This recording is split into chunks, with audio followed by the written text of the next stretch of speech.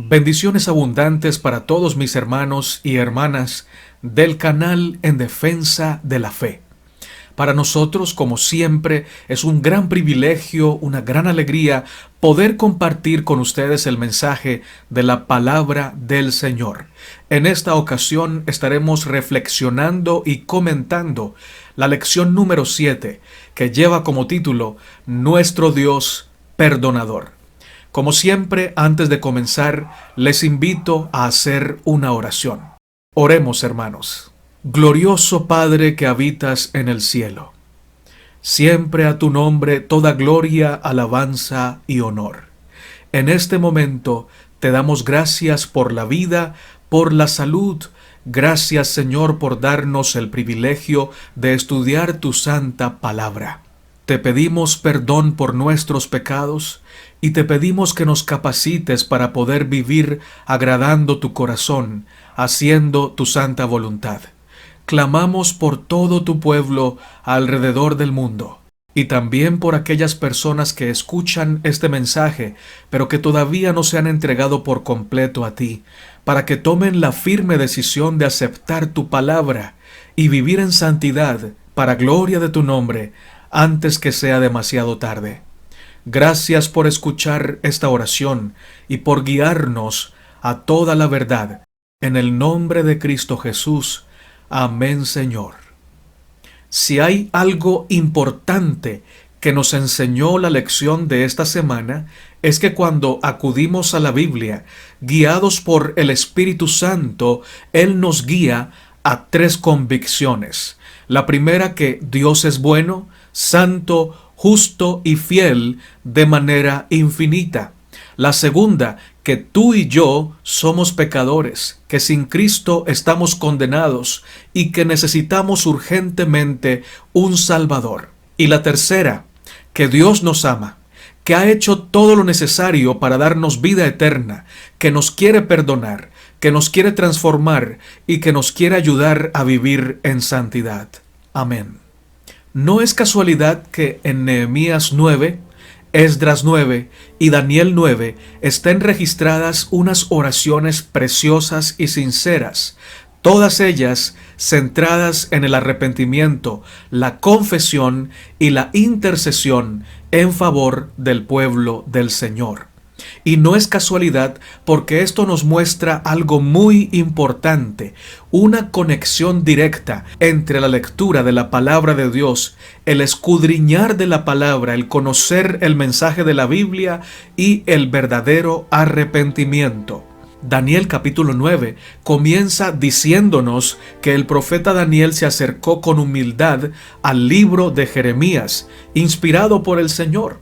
El libro del profeta Jeremías tocó el corazón de Daniel y lo hizo buscar al Señor de manera humilde, profunda y urgente a través de una oración preciosa registrada en Daniel capítulo 9. También vemos en Nehemías capítulo 9 cómo el pueblo de Israel se juntó para leer la ley de Dios y como fruto de esto surgió un verdadero arrepentimiento y una verdadera confesión del pecado. Igual sucede en Esdras capítulo 9. Al leer la palabra de Dios y al reconocer lo que la ley decía, Esdras y otros hombres temerosos de Dios se unieron para clamar al Señor, para reconocer sus pecados, para confesarlos, para arrepentirse y para buscar el perdón divino. Hay una conexión directa entre la verdadera lectura de la palabra inspirada por el Espíritu Santo y el verdadero arrepentimiento. Hechos capítulo 4, verso 4 nos dice lo siguiente: pero muchos de los que habían oído la palabra creyeron, y el número de los varones era como 5,000. Aquí el apóstol Pedro acababa de predicar un sermón eminentemente bíblico ante un enorme grupo de personas, y como fruto de la presentación de la palabra del Señor con el poder del Espíritu Santo que estaba tocando los corazones de los que estaban allí presentes, un gran número de hombres y mujeres se arrepintieron de todo corazón y aceptaron al Señor Jesucristo. Esto nos confirma una vez más la conexión directa entre la palabra del Señor o la lectura o el escudriñar la palabra dirigidos por el Espíritu Santo y el verdadero arrepentimiento. Y esto nos muestra muchas lecciones preciosísimas para nuestra vida hoy. Una de ellas es que siempre que nosotros presentamos la palabra del Señor en el poder del Espíritu Santo, siempre deben haber manifestaciones de confesión sincera del pecado, de arrepentimiento y de apartarse del pecado por parte de la audiencia que está escuchando la presentación de la palabra. ¿Por qué entonces hay tan pocas manifestaciones de verdadero arrepentimiento en nuestro tiempo? Porque en muchas ocasiones los predicadores estamos presentando nuestras historias o nuestros chistes o estamos presentando cosas que no tienen directamente nada que ver con la palabra del Señor, y por eso las audiencias son entretenidas o divertidas o motivadas a las sonrisas o a la risa estridente en el templo del Señor, pero de ninguna manera al arrepentimiento. Esto debe llamarnos a la reflexión. Si hasta ahora tú y yo no estamos predicando la palabra, es hora de predicar la palabra como el Señor lo manda.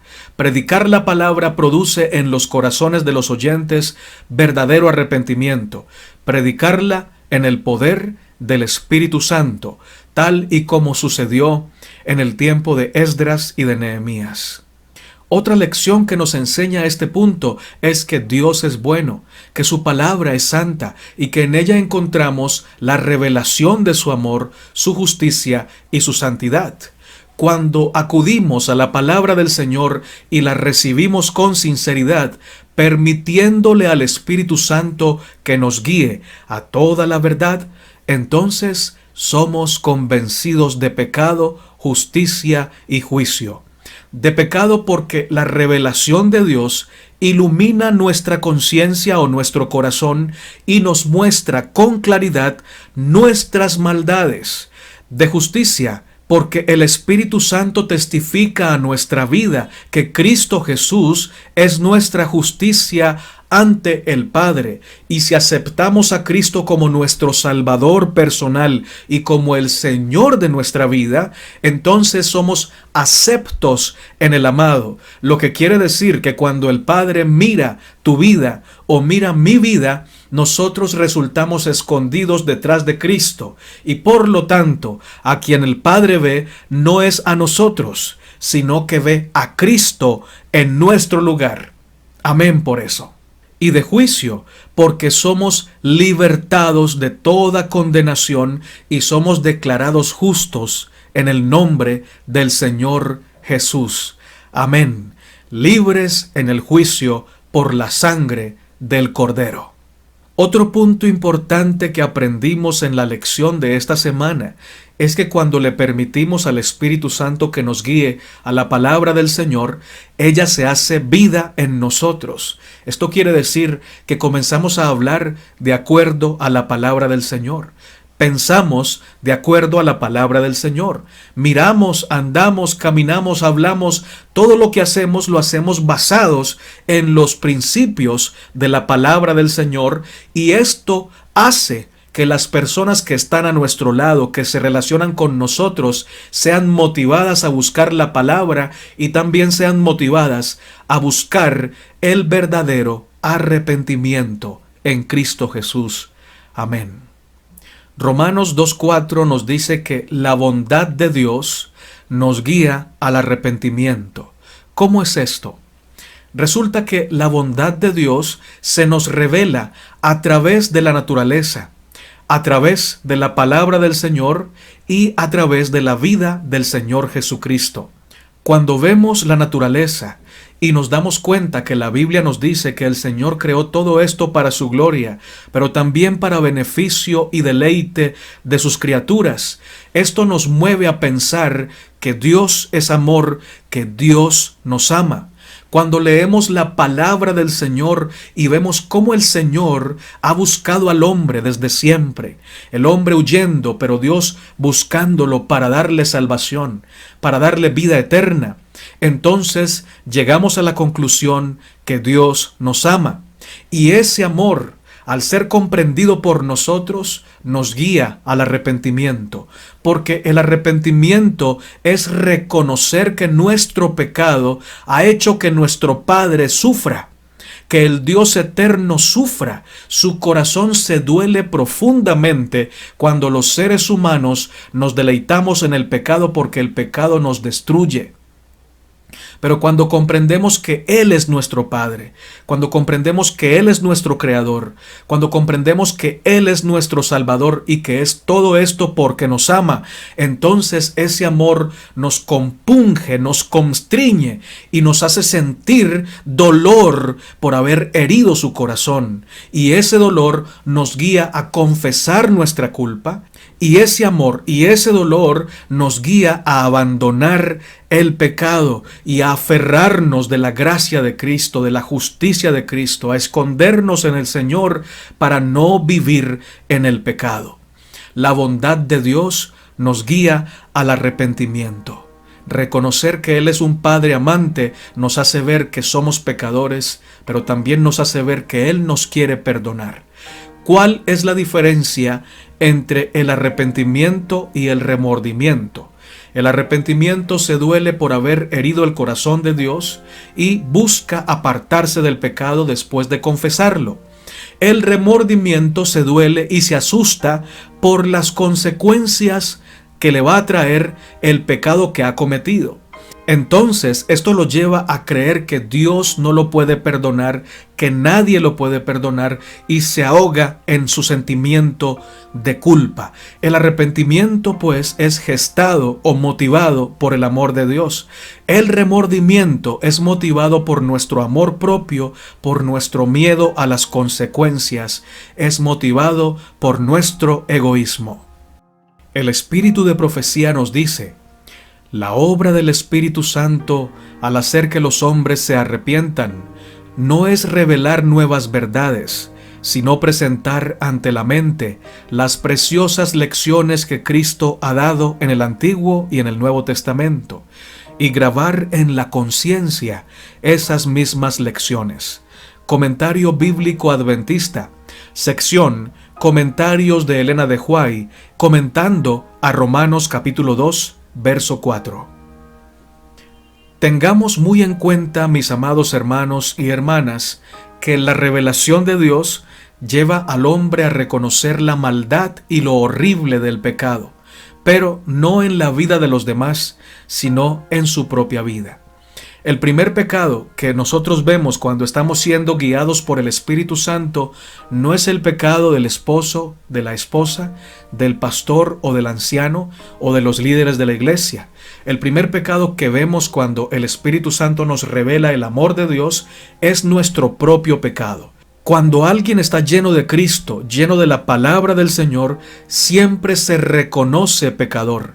El apóstol Pablo dijo de sí mismo que él era el primero de todos los pecadores, porque estaba tan cerca del Señor Jesucristo, tan lleno de la palabra del Señor, que él podía ver la bondad de Dios y la santidad de Dios en contraste con su propio egoísmo, orgullo y pecaminosidad, y esto solamente le daba una opción: reconocer que él era el primero de los pecadores, pero que Dios lo perdonaba y que Dios le daba el poder para vivir en santidad, pero que esa santidad no era de él, era de Cristo Jesús. Igual debe pasar contigo y conmigo. Si somos guiados por el Espíritu Santo y si estamos llenos de la palabra del Señor, no andaremos buscando el pecado de los demás, sino que andaremos reconociendo nuestro propio pecado. Y de esto también se desprende que si no estamos llenos de la palabra y no estamos llenos de Cristo, no reconocemos nuestros pecados y no nos reconocemos como pecadores y no sentimos necesidad de un Salvador. Y por esto siempre creemos tener justicia propia y ser autosuficientes, y usamos demasiado este dedo para criticar los pecados de las demás personas. Y esta es una condición de urgente necesidad de Dios. Y si estamos en esa condición, hoy es el día para buscar al Señor, para encontrarlo, para llenarnos de su palabra y vivir glorificando su nombre, pero también reconociendo que somos pecadores y por ello necesitamos de nuestro Salvador todos los días. Si los que esconden y disculpan sus faltas pudiesen ver cómo Satanás se alegra de ello y los usa para desafiar a Cristo y sus santos ángeles, se apresurarían a confesar sus pecados y a renunciar a ellos. De los defectos de carácter se vale Satanás para intentar dominar toda la mente, y sabe muy bien que si se conservan estos defectos, lo logrará. El conflicto de los siglos, página 479. Cada vez que tú y yo evitamos confesar nuestros pecados o reconocer nuestros pecados, como nuestro mal genio, nuestro orgullo o un pecado secreto que estamos acariciando, dejamos que Satanás use esto para desafiar y burlarse del Señor y de los ángeles, pero también nos usa a nosotros para desafiar al Señor y a los ángeles del Señor. Porque cuando nosotros no confesamos nuestros pecados, estamos diciendo que Dios es mentiroso. Estamos diciendo que lo que dice la palabra no es verdad. Porque si algo testifica la palabra es que nosotros somos pecadores. Es que nosotros necesitamos a Cristo si queremos ser declarados justos. Tú y yo, sin Cristo, no podemos decir que somos justos. Pero en Cristo, el Señor nos declara justos. Amén por eso. Cada vez que nosotros nos negamos entonces a confesar nuestras culpas, estamos desafiando la autoridad del Señor, la palabra del Señor, y el diablo aplaude, se goza en esto, porque hacemos parte del grupo del diablo. Parte de los que no quieren reconocerse pecadores porque creen que el pecado no existe y que Dios es injusto al proclamar leyes como los 10 mandamientos, al proclamar la ley que está registrada en su santa palabra. Pero cuando nos reconocemos pecadores, también reconocemos que el gobierno de Dios es verdad, que sus leyes son justas, santas y buenas, y que estas leyes están establecidas para que el gobierno de Dios y las criaturas de Dios tengan absoluta bendición. Alabado sea el nombre de Cristo Jesús. ¿Qué grupo quieres engrosar? ¿El grupo de Satanás y sus secuaces que desafían al Señor y se burlan de sus mandamientos, o el grupo del Señor, el grupo de Cristo, que se deleita en obedecer los mandamientos del Señor por amor y gratitud? Yo espero que engrosemos las filas por la gracia del Señor del grupo de Cristo Jesús. Amén. El pueblo de Israel en el tiempo de Esdras nunca hubiera podido reconocer su pecado sin antes ver la bondad del Señor. Y para poder ver la bondad de Dios, necesitaron tener líderes llenos de Dios, líderes que vivían en la palabra y líderes que mostraban el carácter de Dios en sus vidas. Y estos líderes hicieron lo propio, lo que siempre hace un siervo de Dios. No guiar al pueblo a las filosofías humanas, a los cuentos o historias humanas, sino guiar al pueblo a la palabra de Dios. Y al guiar al pueblo a la palabra del Señor, el pueblo pudo encontrar en la ley de Dios que Dios es amor, que Dios es santo, que Dios es fiel, y que ellos desde siempre, desde sus antepasados hasta su tiempo, habían sido infieles, rebeldes y llenos de ingratitud. Esto causó que su corazón prorrumpiera en llanto de confesión de su pecado y buscaran el perdón y la restauración en el poder de Dios. Lo mismo debe pasar hoy por la gracia del Señor. Deben haber líderes llenos de Cristo, llenos de la palabra, que guíen al pueblo a la Biblia. Y me refiero también a los líderes de cada familia. A ti como padre y madre te debo hablar en este momento. Debes como padre y madre estar lleno de la palabra del Señor para que tus hijos sean guiados a la palabra, sean guiados a Cristo y en Cristo puedan ver la bondad de Dios y esto produzca en sus corazones verdadera confesión, verdadero arrepentimiento y un verdadero alejamiento del pecado, por la gracia del Señor. Cuando creemos que nuestro mal temperamento es normal porque nuestros padres fueron malgeniados y nuestra familia toda es malgeniada y creemos que eso es normal y que hace parte de nosotros y que nadie lo puede cambiar, ni siquiera Dios, es porque no hemos visto todavía la bondad de Dios en todo su esplendor, como es nuestro privilegio verla en la Biblia. El malgeniado, el iracundo, el impaciente puede ver esto como un pecado terrible a los ojos de Dios cuando lee la Biblia guiado por el Espíritu Santo o cuando escucha un sermón eminentemente bíblico inspirado por el Espíritu Santo, y esto lo guía a arrepentirse todos los días y a buscar a Dios todos los días para poder todos los días no vivir él en su mal genio, sino dejar que Cristo viva en él, con su mansedumbre, con su humildad, con su dominio propio, con su gozo, con su cortesía, con su gracia. Entonces, cuando una persona reconoce que es pecador porque ha visto la gloria de Dios, porque ha visto la bondad de Dios, ya no quiere vivir él. Porque sabe que si él vive, que si él manda en su vida, esta vida va a ser guiada siempre hacia el pecado. Ahora dice: Señor, ya no vivo yo y me niego a mí mismo, me niego a tomar el control, me niego a tomar decisiones. Ahora, Señor, por favor, ven a mi vida y sé tú el que tome el timón de mi vida para que ya no viva yo, sino que viva Cristo. Amén. Otro punto importante de la lección de esta semana es el ayuno. El ayuno, hermanos, ha sido tergiversado por el diablo porque es una herramienta espiritual poderosa. A él no le interesa que los siervos de Dios ayunen de la manera correcta, sino que lo hagan de una manera pagana. ¿Cómo es ayunar de una manera pagana?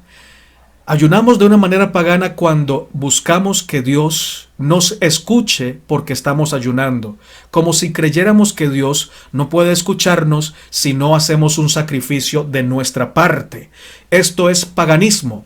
El paganismo dice que cuando Dios nos ve sacrificando algo que nos duele sacrificar, entonces se conduele o no se escucha o su ira es aplacada. Esto no es cristiano. Porque sabemos que es Dios el que busca al hombre. Sabemos que el que amó primero fue Dios al hombre. Él nos amó primero y por eso nos ha buscado, por eso ha muerto en nuestro lugar, por eso ha querido venir a la tierra, ha enviado su Espíritu Santo, ha enviado sus santos ángeles para guiarnos en el camino de la verdad. Nada que nosotros hagamos hace que Dios nos ame porque ya Él nos ama de manera perfecta. Cuando nosotros hacemos buenas obras, ya Él nos ama. Y aunque no las hagamos, también nos ama. Este amor no quiere decir que nos va a salvar si nosotros queremos seguir en pecado. Pero aún los que se pierden son amados por el Señor, porque el Señor ama de manera incondicional y de manera perfecta. Pero su amor es tan grande que permite que los que se quieren perder se pierdan, porque Él respeta la decisión de sus hijos. Y es que así es el amor. El amor respeta la decisión de la otra persona. De manera pues que nosotros no podemos caer en la mentira del diablo y ayunar para que Dios nos dé una casa, ayunar para que Dios nos perdone, ayunar para que Dios nos escuche, porque Dios nos escucha aunque no ayunemos. Dios nos escucha por el sacrificio que hizo Cristo Jesús y no porque yo esté sacrificando mi apetito por un día, por 2 días o por 3 días. Siempre que en la Biblia aparece el ayuno practicado por siervos y siervas de Dios, aparece en un contexto que no tiene nada que ver con el egoísmo humano, ni tiene nada que ver con aplacar la ira de Dios o con hacer que el Señor mueva su mano de bondad en favor de algunos. Siempre que en la Biblia encontramos el ayuno en su contexto correcto, está siendo practicado por hombres y mujeres de Dios que saben que Dios los ama y que saben que Dios los escucha aunque no ayunen. Pero el saber esto, el saber la gran bondad del Señor, los lleva a querer ayunar, a aprovechar el tiempo para buscar el rostro de Dios. Y este ayuno bíblico siempre está enmarcado en el arrepentimiento, en la confesión del pecado. De hecho, en el Antiguo Testamento, el único día que Dios pedía que el pueblo hiciera ayuno era en el Yom Kippur, en el día de la expiación, un día cuando el pueblo debía estar escudriñando sus corazones, sus conciencias, afligiendo sus almas, buscando el rostro de Dios, confesando sus pecados. En Daniel 10, También vemos a Daniel practicando el ayuno unido a la oración para poder comprender un pasaje de la Escritura y también para interceder por el pueblo remanente del Señor. El ayuno en la Biblia no es usado para lograr que Dios le dé al que practica el ayuno algún deseo particular y egoísta. No, siempre es usado para glorificar a Dios, para comprender la Biblia, para humillar el alma confesando el pecado y para prepararse para una gran misión, como lo hizo el Señor Jesucristo, 40 días y 40 noches ayunando para gloria del Padre. El ayuno clásico del cristiano es dejar de consumir alimentos para poder buscar al Señor, para tener una mente clara, un corazón claro y escuchar la voz de Dios de una manera más diáfana, de una manera directa, y no tener nada que le impida el comprender la voluntad de Dios. Pero hay personas que no pueden dejar de consumir alimentos y entonces ayunan con jugos o ayunan con frutas u otras con agua. Esto está bien si el ayuno se hace para buscar la voluntad de Dios, para glorificar a Dios, sabiendo que Dios nos oye aunque no ayunemos y que nuestro ayuno no es el que hace que Dios nos escuche. El que hace que Dios nos escuche es la justicia de Cristo, el amor de Dios. Amén. El espíritu de profecía nos dice sobre el ayuno: en el ayuno que Dios ha escogido se pondrán en práctica misericordia, ternura y compasión. Se repudiará la avaricia y habrá arrepentimiento del fraude y de la opresión, y se renunciará a ellos. Se usarán toda la autoridad e influencia para ayudar a los pobres y oprimidos. Comentarios de Elena de White en el Comentario Bíblico Adventista del Séptimo Día, tomo 4, página 1171. Concluyamos estas reflexiones y comentarios con lo mismo que concluyó la lección. La lección nos decía que el pueblo de Israel se edenizó o se deleitó o se sació con las bendiciones del Señor, pero se olvidaron del dador de las bendiciones. Querían las bendiciones, pero no querían al dador de las bendiciones. Luchaban por tener tierras, luchaban por tener cosechas, luchaban por tener dinero, pero dejaron de luchar por conocer la ley de Dios, por conocer la luz de Dios, por vivir la verdad divina, y esto los llevó a la ruina. Podemos correr nosotros ese mismo riesgo, deleitarnos en pedirle al Señor sus santas bendiciones, vida, salud, trabajo, comodidad económica, y olvidarnos de la obediencia, olvidarnos de la oración, olvidarnos del ayuno, olvidarnos del escudriñamiento sincero de la palabra de Dios, y esto nos convierte en hombres y mujeres materialistas, que solo pensamos en tener mejor ropa, mejor carro, más dinero, más propiedades, pero nos olvidamos de Cristo Jesús, de la verdad del Señor, de la belleza interior, de la santidad, de la obediencia. Y esto es ruina segura para aquellos que se olvidan de que lo esencial es la palabra de Dios, que lo fundamental para toda vida es la obediencia a los mandamientos de Cristo Jesús por la gracia del Señor. Así que, hermanos, la invitación es a gozarnos en el Señor, a saciarnos en su palabra, a deleitarnos en la obediencia, a no vivir más nosotros, sino permitir que viva Cristo Jesús en nosotros. Oremos para terminar. Dios de Abraham, de Isaac y de Israel, cuán grande es tu nombre en toda la tierra. En este momento, Padre Celestial, te damos gracias por las múltiples bendiciones que recibimos a diario de tu mano bondadosa. Gracias por la sonrisa y la salud de las personas que amamos. Gracias por la protección que nos brindas. Gracias por tu santa palabra. Gracias, Señor, por la oración. Gracias por el ayuno. Gracias por los sermones, por los cantos, por los himnos. Gracias por la esperanza y el consuelo que nos das en medio de este mundo tan convulsionado. En este momento clamo por cada familia que pertenece a tu pueblo y por aquellas que escuchan este mensaje pero que todavía no se han entregado por completo a tu verdad, para que pronto puedan hacer esa importante decisión. Señor, enséñanos a dejarnos guiar por tu Espíritu Santo hacia la verdad bíblica. Ayúdanos a valorar tu palabra, a tener sed de ella como el sediento busca las aguas, a tener hambre de tu palabra como el hambriento procura el pan, y a practicar lo que tú nos enseñas mediante ella. Hoy, Señor, reconocemos que somos egoístas, orgullosos, soberbios. Reconocemos que todavía guardamos rencor a algunas personas. Reconocemos, Señor, que hemos hablado mal de nuestro prójimo en muchas ocasiones, y al reconocer esto a la luz de tu bondad que brilla en tu palabra, te pedimos perdón y restauración para que no nos permitas seguir pecando, sino que nos ayudes a vivir en santidad en Cristo Jesús. Guarda a todos tus hijos e hijas en el nombre sacrosanto de nuestro Salvador. Amén, Señor. Maranata, mis hermanos, y que nuestro Rey, el Señor Jesucristo, venga pronto. Amén.